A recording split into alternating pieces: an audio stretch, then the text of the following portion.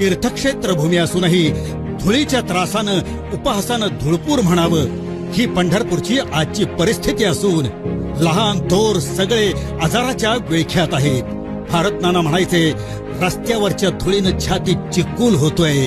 हा चिकूल काढायचा असेल तर नानांच्या करारीपणाचा वारसा जपणारी त्यांची सून प्रणिताताई भालके यांना निवडून देऊ आणि पंढरपूर धूळमुक्त करू. धूळमुक्त पंढरपूरचा नारा प्रणिताताई नगराध्यक्ष होऊन करणार खरा. सर्वसामान्य जनता हाच पक्ष. प्रणिता भालके म्हणजे हीच नगराध्यक्ष.